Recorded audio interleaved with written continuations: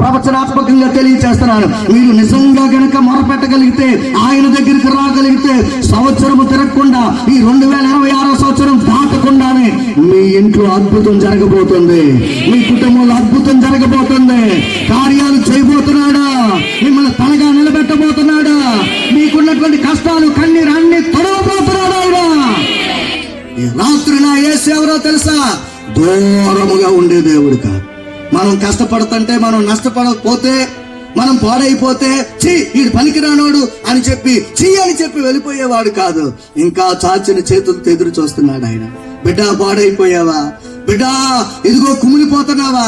నేనున్నాను, ఆదుకుంటానికి నా దగ్గరకు వస్తావా అని చాచిన చేతులతో నా యేసయ్య నీ వైపు ఎదురు చూస్తా ఉన్నాడు. ఈ రాత్రి రాగలవా? ఈ రాత్రి ఆయన దగ్గరికి రాగలవా? ఆయన తప్పనిసరిగా మీ జీవితంలో కార్యాలు చేస్తాడు. చేతులెత్తి గట్టిగా స్తోత్రం చెప్దామా? దేవుని స్తోత్రం. హల్లెలూయా, హల్లెలూయా. తనకు మొర్ర పెట్టి వారందరికి ఆయన ఎలా ఉన్నాడంట? ఎంత గొప్ప మాట.